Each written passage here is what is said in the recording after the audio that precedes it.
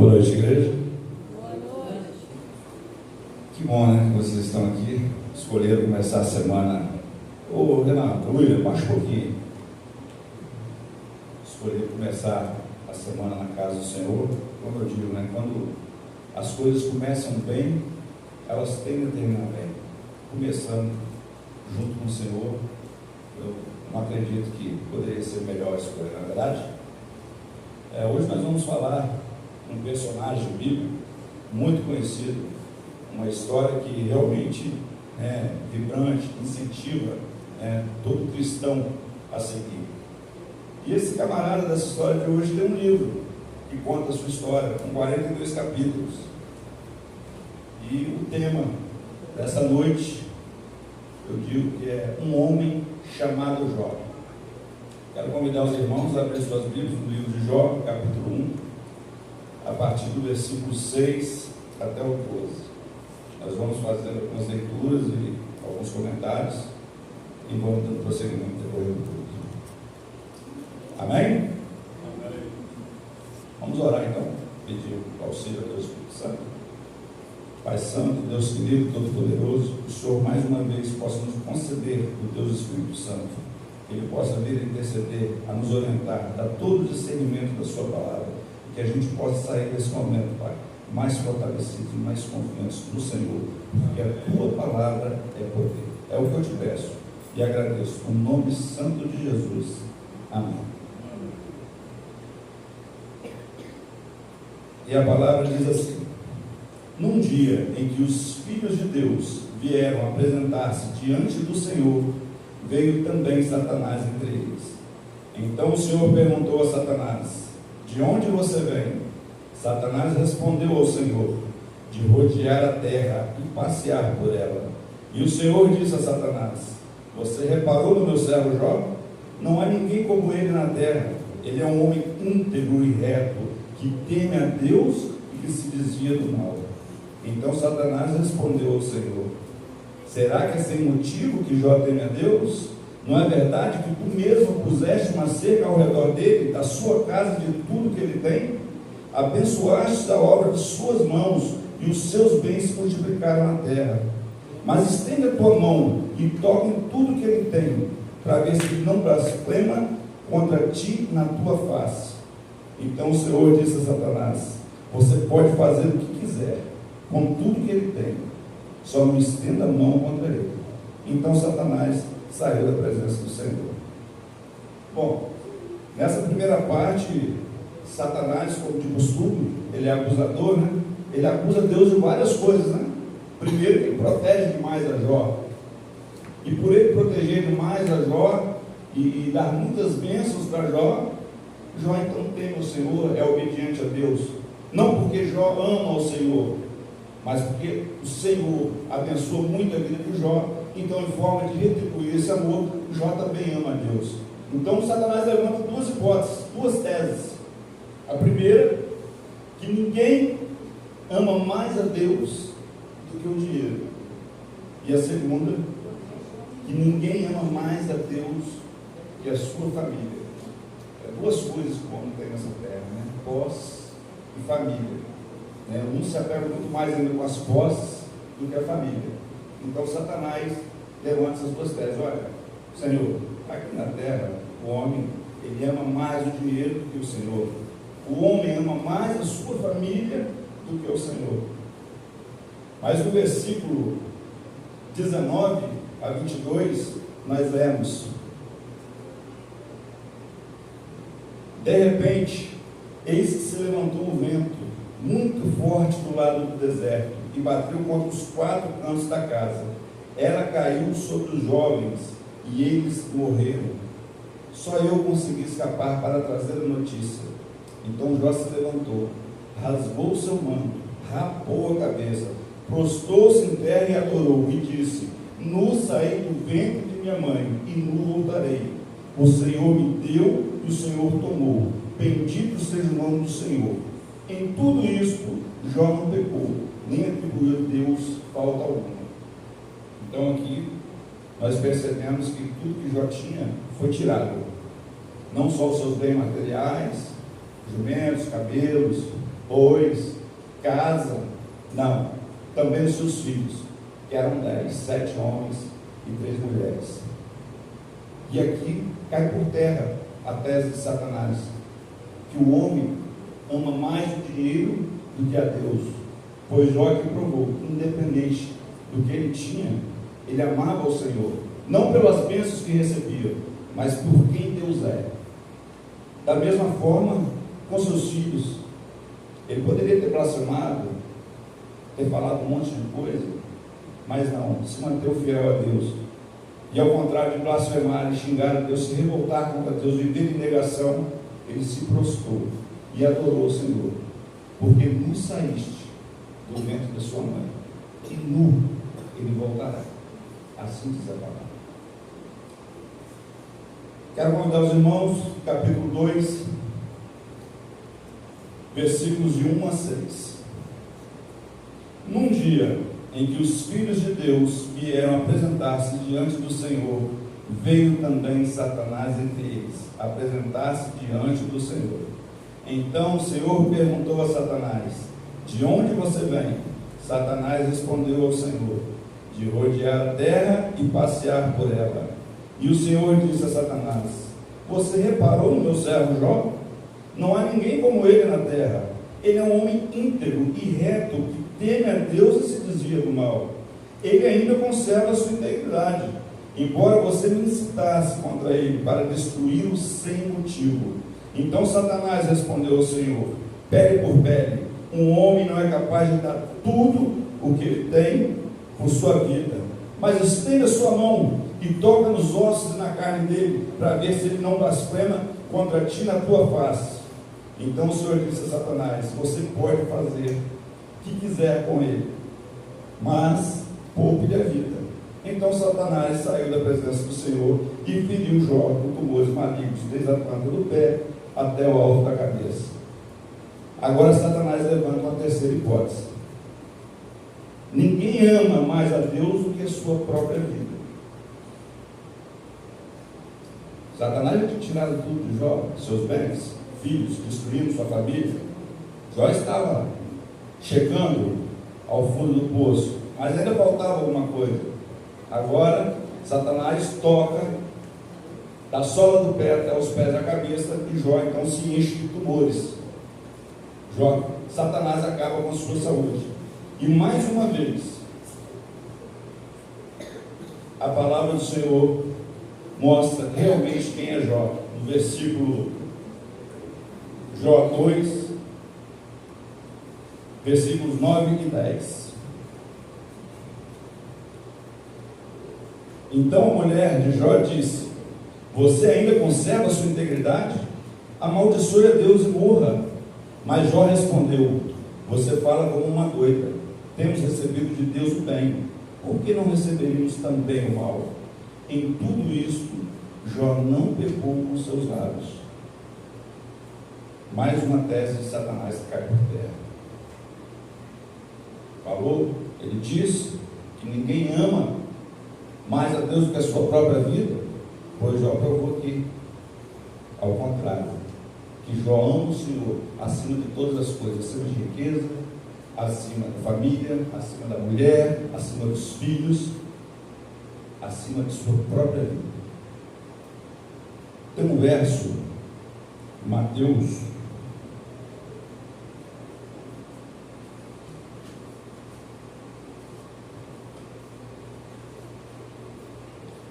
10, 37, e Mateus relata uma fala de Jesus. Agora ele diz: quem ama o seu pai ou a sua mãe mais do que a mim, não é digno de mim. Quem ama o seu filho ou a sua filha mais do que a mim, não é digno de mim. E mais uma vez, nós vemos que Jó, ele amou primeiro o Senhor, antes de todas as coisas. Antes do dinheiro, antes da família, antes da sua própria vida. Como se não bastasse, a mulher que vivia com ele seria aquela para dar apoio, aquela que ele escolheu para viver durante toda a vida, foi a primeira a duvidar de Jó, né? Porque na pergunta dela há uma há uma dúvida, né? Por que ainda conserva a tua integridade? O que ela queria dizer com isso?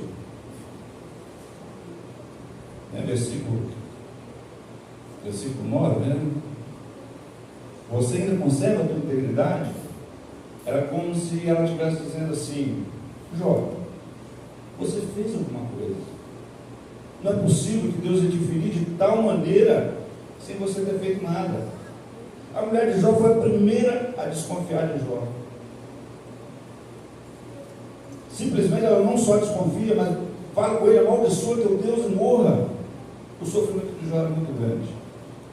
E ainda a mulher, sua companheira, fez questão de botar o dedo na ferida. Usa ainda, conserva a tua integridade. Que ela estava dizendo para ele: olha, você não foi fiel, você errou, você cometeu um erro grave contra o Senhor. Como se não bastasse só a mulher de Jó, aí vem a visita dos 3 amigos de Jó. Será que eles realmente eram amigos de Jó? Quem conhece a história de Jó? Eu pergunto, aqueles 3 homens, realmente eles eram amigos de Jó? Sim. Sim ou não? Sim. É? Vamos ver? Olha o que eles dizem. Olha, Jó, você está colhendo tudo isso aí porque você aprontou alguma coisa. Você deve ter feito alguma coisa errada, porque Deus é justo e Ele não ia cometer nenhuma injustiça contigo. Olha, Jó, você tem muitos bens, você tem uma riqueza muito grande, você está roubando as viúvas e os órfãos. Por isso que Deus está pesando a mão contra você. Olha, Jó, você é mentiroso. Você fala como se não tivesse pecado contra o Senhor, mas você é um pecador. Olha, Jó, teus filhos morreram, mas é por causa da sua loucura. Pergunto mais uma vez: esses homens eram amigos de Jó? Bom, a palavra diz que sim, eles eram amigos de Jó. Quando eles chegam, eles ficam uma semana calados, vendo a dor de Jó. Então eles ficam ali sem abrir a boca durante uma semana. Mas após esse período, eles começam a indagar a Jó nessas questões. E por quê? Eles cometeram um erro tremendo. Eles começaram a fazer uma espécie de teologia, né? Imagine, na época de Jó, nós estamos falando aqui de quase 4.000 anos atrás. Como é que era feito o ensinamento? Era boca a boca, né? Do pai para filho, do filho para neto, e aí ia se desenvolvendo. Não tinha ainda uma escrita, né, formal desenvolvida como nós temos hoje, não tinha essa facilidade que nós temos hoje, eles não tinham o conhecimento que nós temos hoje, e eles pensavam dessa forma: Deus abençoa, ou melhor, Ele tem as coisas, né, porque Deus abençoa, porque Ele anda correto, então Deus abençoa. Se está dando errado, é porque Ele está fazendo errado, então Deus não está mais com ele. Esse era o pensamento deles. O problema dos amigos de Jó foram pensar exatamente dessa forma, como se Deus fosse um Deus de barganha. Olha, eu obedeço, o Senhor me abençoa. Eu não obedeço, o Senhor me amaldiçoa. E esse era o pensamento da época, não só dos amigos de Jó. Perceba que a própria mulher, né? Porque ainda conservas a tua integridade, Jó? Ela está falando com ele: olha, você não é íntegro. Se você está sofrendo, se você está passando por isso, é porque você pecou contra Deus. Você não é digno das bênçãos do Senhor. Aí vem os amigos de Jó, estão de porrada. Enfim.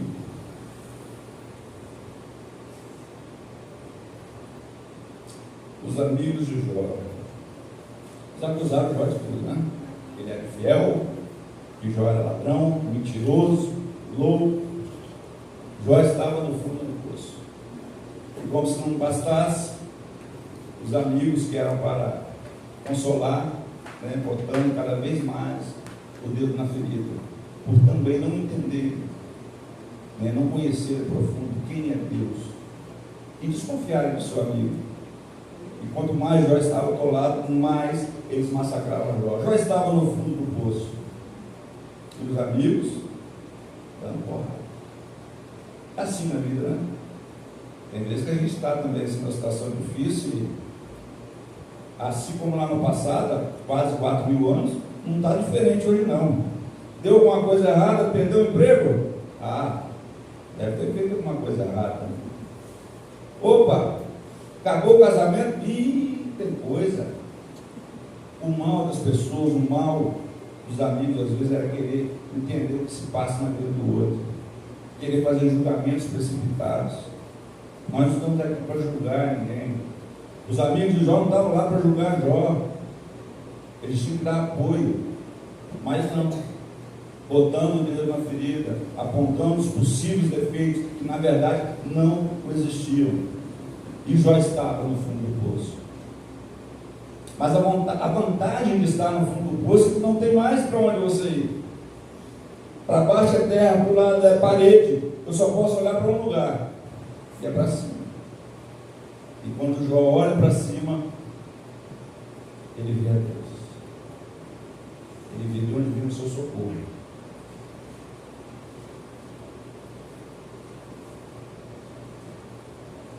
E nesse momento, lá em Jó, capítulo 19, versículo 25,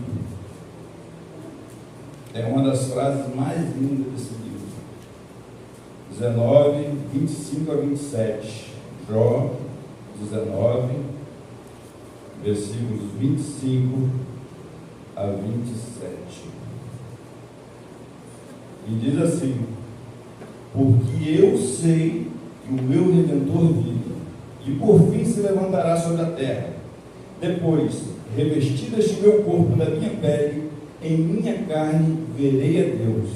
Eu o verei. Por mim mesmo, os meus olhos o verão, e não outros. De saudade meu coração desfalece dentro de mim. Jó tinha certeza que um dia ele veria a Deus, porque ele sabia que o Deus dele é vivo. E é o que nós devemos ter, essa certeza. Nós temos um Deus, um Redentor, e ele vive. Em breve ele virá. E se Deus quiser vir, nós também veremos com nossos olhos ele descer nas nuvens, com poder e grande glória, acompanhado de toda a hoste celestial. Essa era a visão de Jó há 4.000 anos. Essa tem que ser a nossa visão hoje. É crer no Senhor, não duvidar, ser confiante. Ele vai voltar, vai acabar com toda a tristeza. Jó, depois de ser pisado pela mulher, pelos amigos, não diferente de qualquer outro ser humano, ele também fez algumas perguntas. Ele também indagou o Senhor: por que estou passando por isso, Senhor? Por quê? Por quê? Jó fez 16 perguntas ao Senhor: por quê? Jó fez 34 queixas a Deus. E o que matava Jó era o silêncio.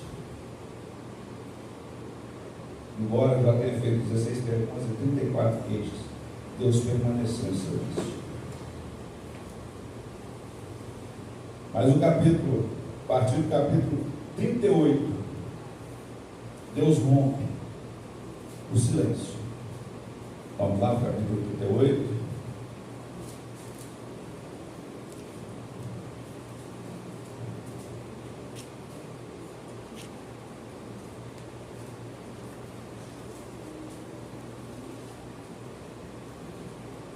Pois bem, no capítulo 38, depois de Jó ter reconhecido a Deus, ter feito várias queixas e várias perguntas, então Deus rompe o silêncio.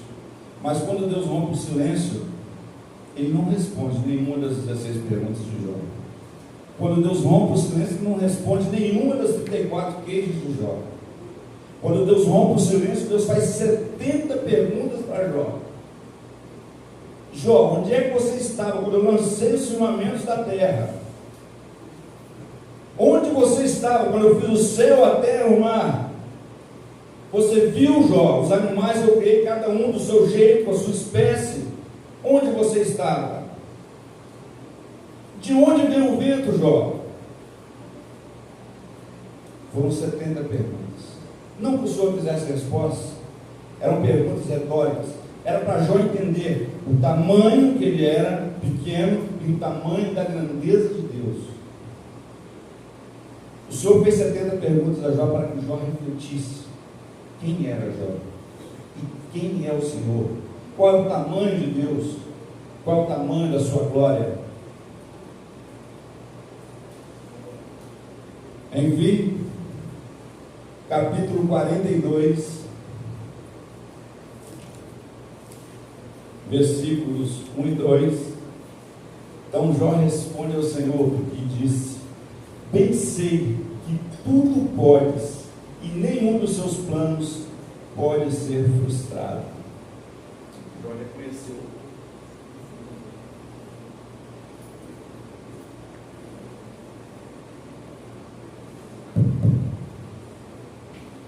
Jó reconhece naquele momento o tamanho de Deus, a soberania de Deus. Jó reconhece que Deus é onipotente, que Deus tudo pode. No capítulo 40 do livro de Isaías,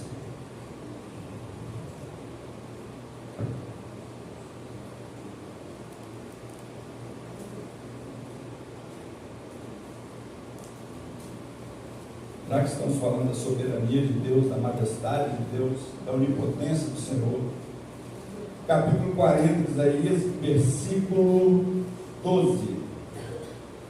Olha o que diz esse versículo: quem na concha de sua mão mediu as águas e tomou a medida do céu a palmos.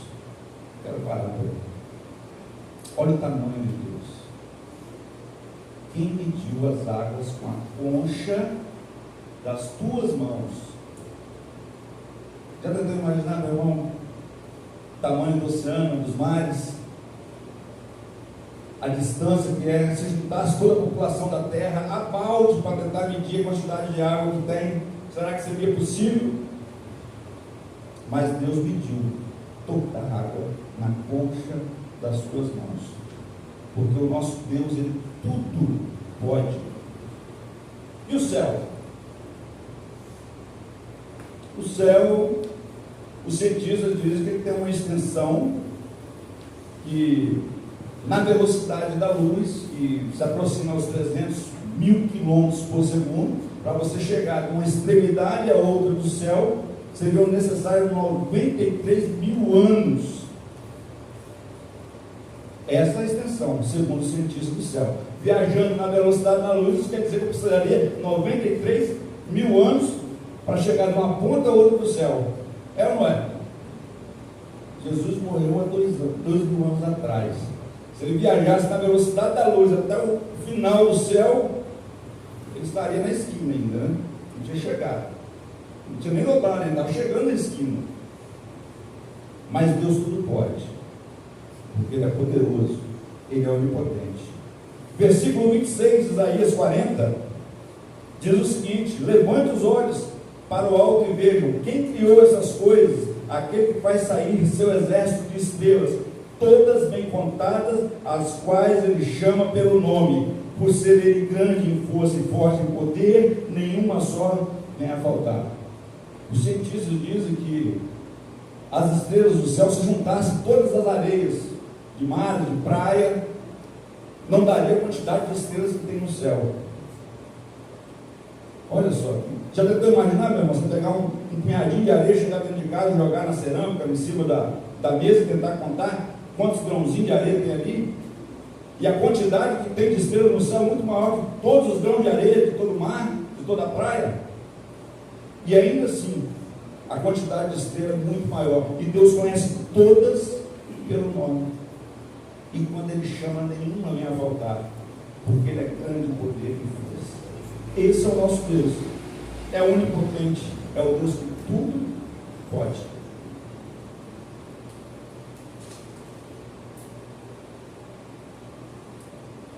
Bem, agora vamos pular para os amigos de novo, né? Os amigos de Jó, lá no capítulo 42 de Jó. Depois do Senhor ter tido esse diálogo com Jó, ter mostrado a ele ter feito ele refletir o tamanho da grandeza de Deus e o seu tamanho, ele ter entendido o seu lugar e o lugar de Deus, porque Deus é inesgotável, Deus é grande, Deus é poderoso e nós não passamos de pó. Capítulo 42, versículo 7 diz assim: depois que o Senhor falou essas palavras a Jó, o Senhor disse também a Elifaz, o temanita: a minha ira se acendeu contra você e contra os seus 2 amigos, porque vocês não falaram a meu respeito o que é reto, como meu servo Jó falou. Agora peguem 7 novilhos e 7 carneiros, e vão até meu servo Jó, e ofereçam holocausto em favor de vocês.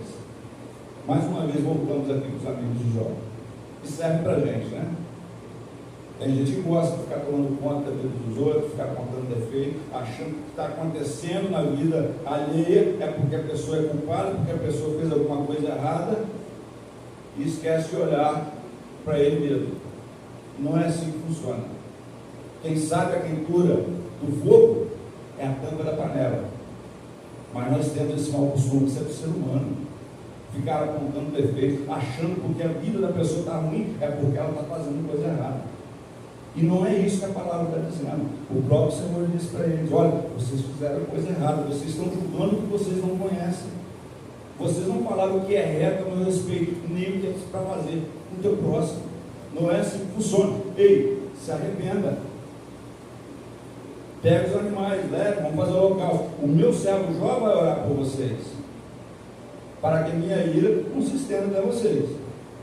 Da mesma forma, hoje nós também somos convidados a pedir perdão ao Senhor pelas nossas falhas, pelos nossos pecados, por quantas vezes, às vezes, nós apontamos o dedo para o irmão, para o próximo, ou para alguém que nós não conhecemos e queremos julgar.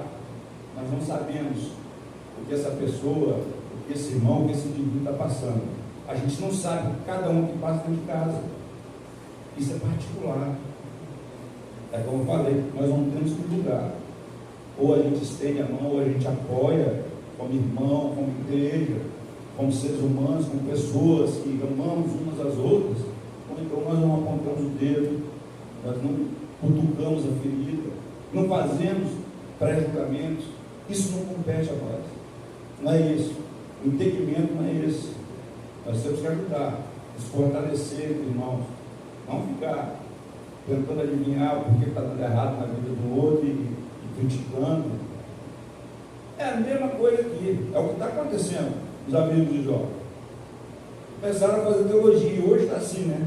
Um monte de gente quer fazer teologia, quer achar que as coisas estão acontecendo errado com o outro porque ele não está sendo fiel a Deus, que ele está desobedecendo, e não é por aí. Nós vamos entender por que não é por aí. Mas enfim, o que aconteceu? Jó orou. Jó orou para os amigos.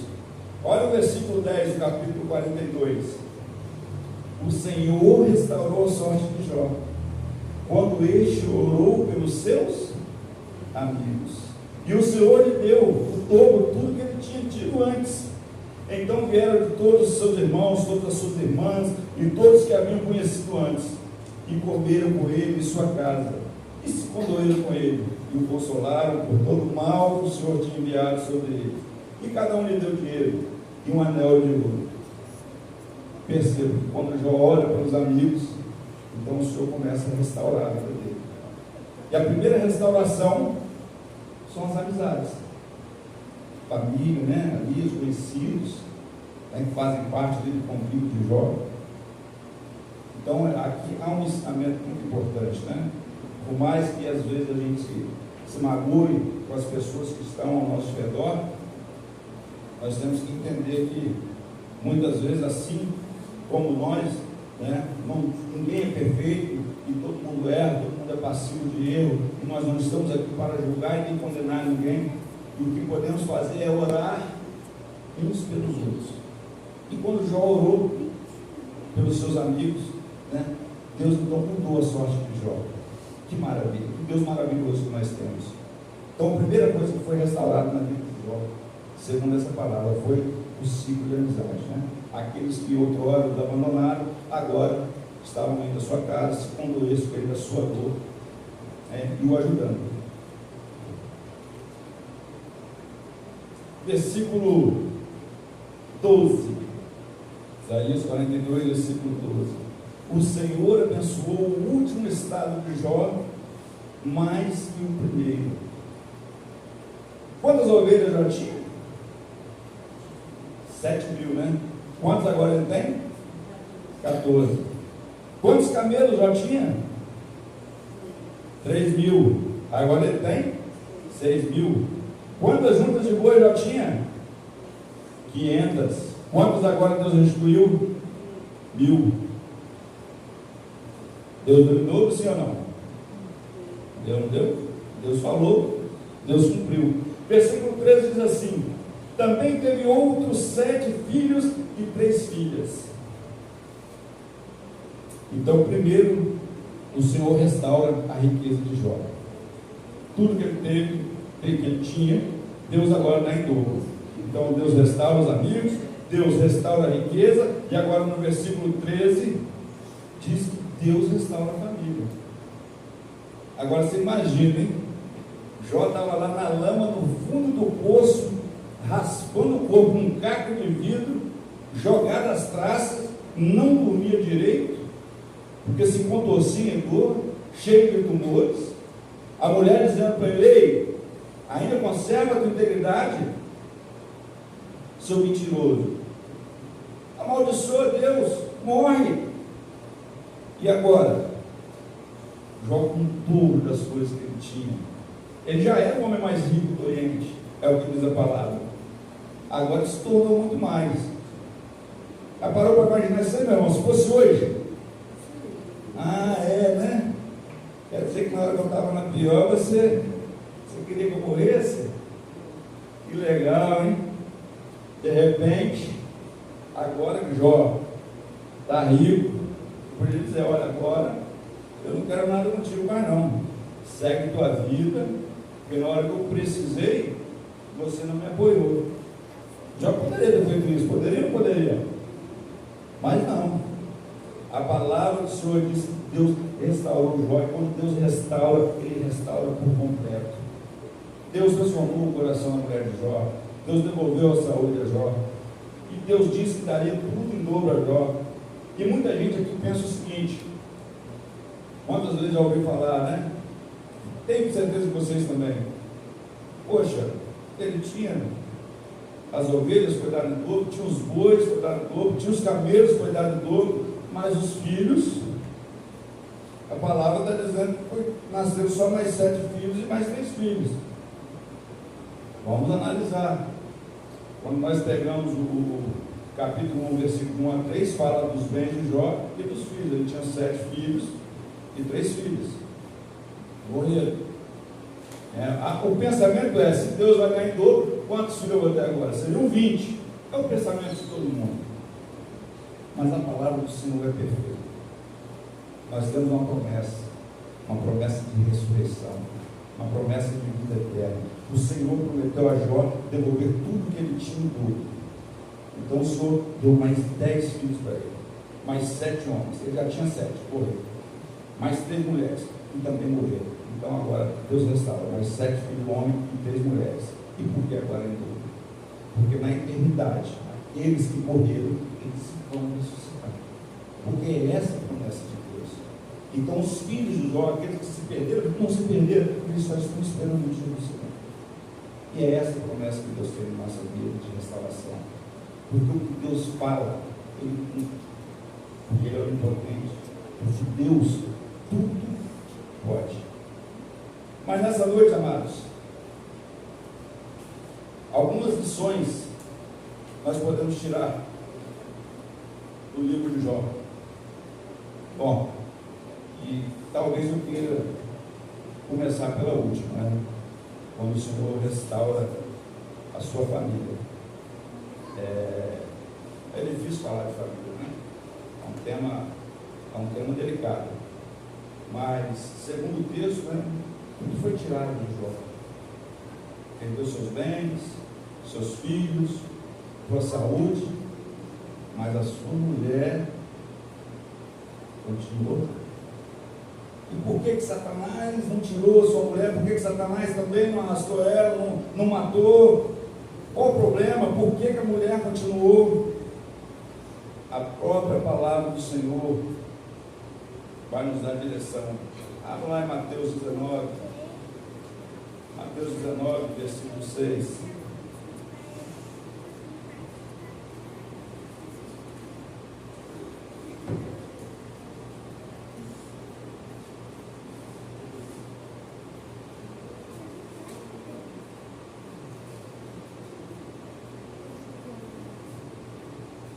Amém?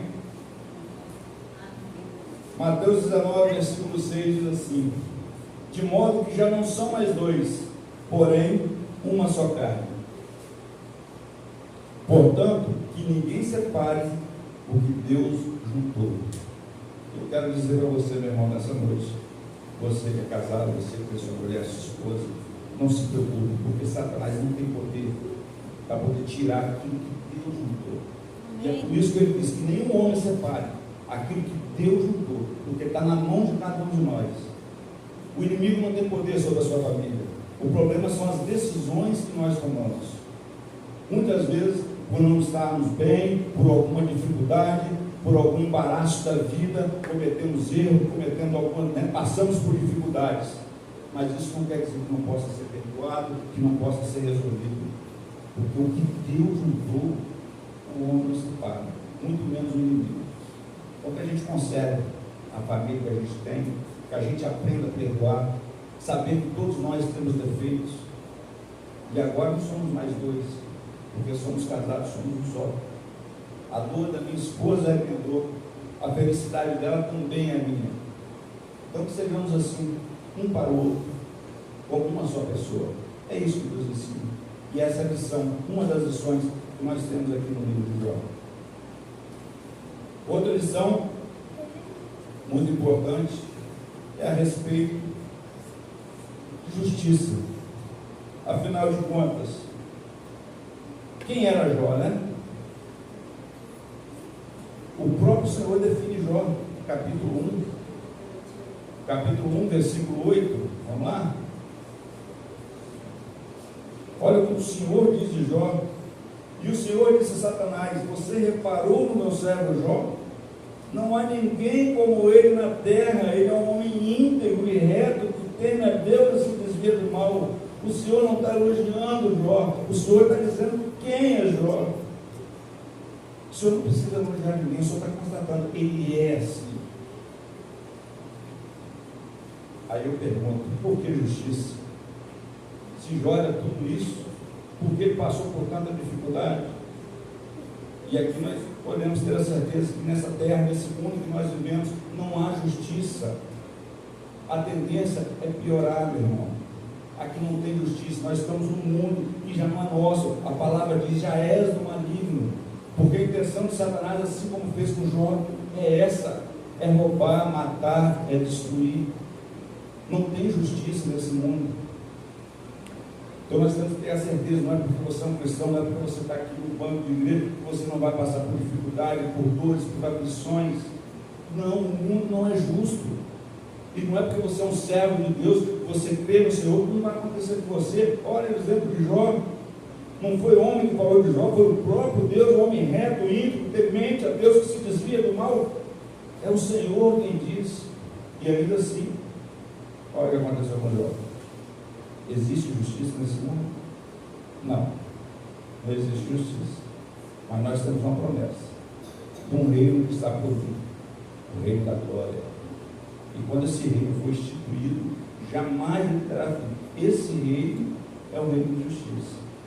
E é por esse reino que nós estamos aqui, para aprender, para crescer em graça, em conhecimento, para nos aproximarmos do Senhor. E como nós fazemos isso? Orando, estudando a tua palavra, tentando manter a comunhão com Deus diariamente.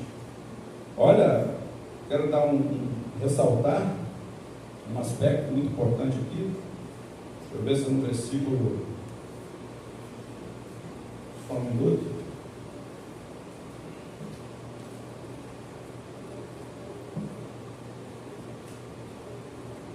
Capítulo 42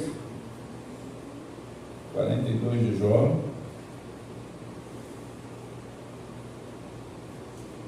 capítulo 42, versículos 5 e 6, Jó disse assim, Jó disse para Deus, eu te conhecia só de ouvir, mas agora os meus olhos te veem, por isso me abomino e me arrependo no pó e na cinza. Esse versículo, ele é um versículo, se a gente analisar, ele é um pouco impactante, ele é um versículo forte, porque nós acabamos de ler agora que o Senhor disse que Jó era um homem reto, justo, íntegro, que se desviava do mal, temente a Deus, mas agora Jó diz que por isso ele se abomina, se arrepende no pó e na cinza. Outro ensinamento muito importante aqui, né? Embora Jó fosse tudo isso, né? Embora Deus falou que Jó era assim, ainda assim Jó reconhecia que como homem ele era falho, ele era um pecador.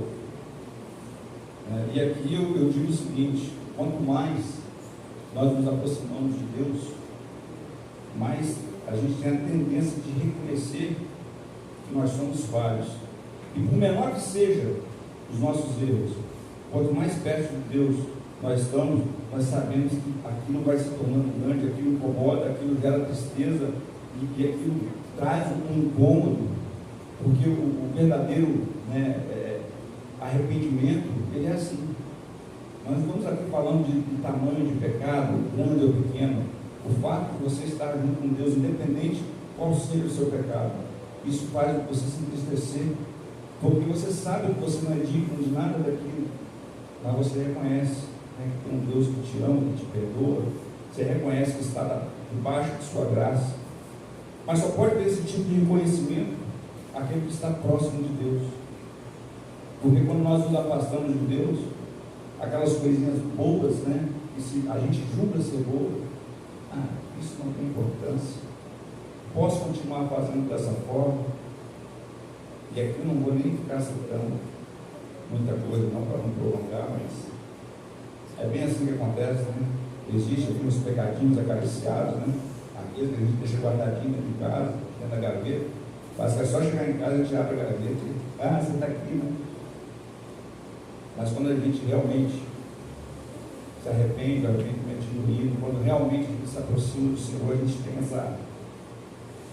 vergonha, você tem essa necessidade de sempre estar orando, pedindo perdão a Deus, porque você sabe que você é pecador e você não merece o que Ele tem prometido para você. Mas você só pode ter esse reconhecimento, você só pode reconhecer esse tipo de coisa quando você realmente se aproxima de Deus. E quem está afastado de Deus não reconhece nada disso. Acha que está tudo certo, acha que está vivendo do jeito que tem que viver e não tem nada pegando. Quando na verdade a gente tem que saber que quanto mais a gente se aproxima do Senhor, pode ter certeza, irmão, mais você vê que você é errado, que você é pecador, que você não merece. Mas o conforto é saber que mesmo assim Deus te ama. Deus quer você lá no céu. Amém. De tudo que foi falado aqui, meus irmãos, nessa noite, só tem um versículo que eu queria que vocês, um versículo não, na verdade são três, mas no capítulo 19 são os versículos 25, 26 e 27. De tudo que foi falado aqui essa noite, se você sair daqui de dentro dessa casa com o pensamento desses três versículos, eu já me dou por satisfeito. E eu vou ler eles novamente aqui. Jó, capítulo 19, versículo 25, 26 e 27. Diz assim: porque eu sei que o meu Redentor vive, e por fim se levantará sobre a terra. Depois, revestido este meu corpo da minha pele, em minha carne verei a Deus. Eu o verei por mim mesmo, os meus olhos o verão, e não outros. De saudade, meu coração desfalece dentro de mim. E você também tem essa certeza, meu irmão, que um dia são os teus olhos que verão a Deus, não outros. Confie na promessa. Jesus está voltando. E tudo aquilo que foi perdido será restaurado. Se com Jó foi em dobro, não tenha dúvida que com você também pode ser a mesma coisa. tem guardado lá no céu, nem ouvido, nem olhos humanos já viram. E é muito maior do que você pode imaginar. E está preparado para cada um de vocês. Então confia. Não joga, não entrega os pontos. A gente sabe que o inimigo quer isso aí. Ele quer acabar com a família, ele quer acabar com a união. Ele sabe como fazer isso. Mas nós temos a Deus. Então vamos confiar, vamos agradecer a Deus todo dia pelas oportunidades. Não vamos deixar que as dificuldades da vida façam que a gente se afaste de Deus. Muito pelo contrário. Porque se Satanás queria que Jó se afastasse de Deus, nós temos a prova aqui na nossa mão que o contrário aconteceu. Mais ainda Jó se aproximou de Deus e mais abençoado ele foi. Então que o Senhor também abençoe todos vocês. Amém? Vamos ver daí que eu vou fechar aqui. Vou.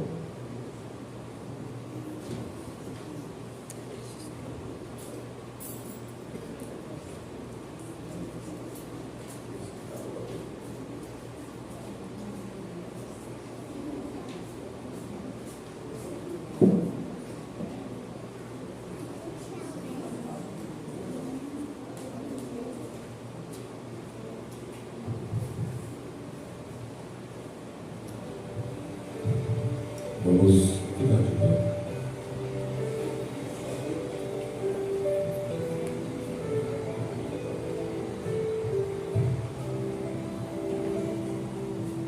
Jó, como pode ainda adorar, se não tem motivos para cantar? Abandona esse Deus e morre. Mas não adoro pelo que ele faz, nem menos por bens materiais. Eu adoro pelo que ele é, eu sou dele, tudo é dele. Jó, você não tem motivos, perdeu seus bens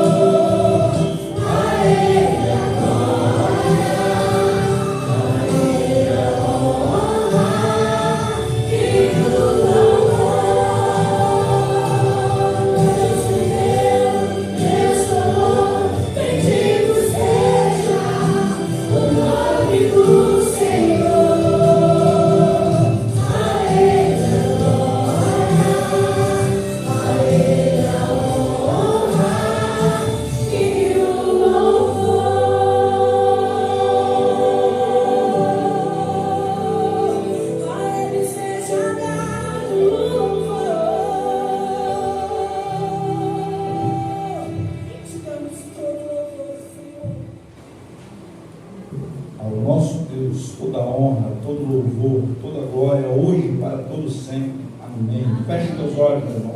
Vamos orar. Pai Santo, Deus querido, todo-poderoso, muito obrigado, Senhor, por mais uma vez estarmos aqui podendo escutar a Tua palavra. Que a gente possa sair daqui desse momento mais fortalecido, Senhor, sabendo que os Seus planos não podem ser frustrados em nossa vida, que o Senhor é por nós, quem será contra nós, Senhor? O inimigo não tem poder sobre a família, não tem poder sobre a casa de ninguém que está aqui presente, não tem poder sobre a vida de ninguém, porque o Senhor controla tudo, tudo está na palma da Sua mão, meu Deus. Que o Senhor abençoe essa igreja, que o Teu bom Santo Espírito possa estar junto com nós, que Ele nos acompanhe, que Ele faça morada no nosso interior, para hoje e todo sempre, como o Senhor prometeste. Que o Senhor nos dê uma boa semana, que é desconhecida para nós, mas o Senhor sabe, porque o Senhor sabe de todas as coisas. Muito obrigado pelos meus irmãos, pela minha família, por essa igreja. Obrigado, Senhor, por mais um momento de oportunidade. A Ti seja dada toda a honra e toda a glória. Em nome de Jesus. Amém. Deus abençoe a todos vocês.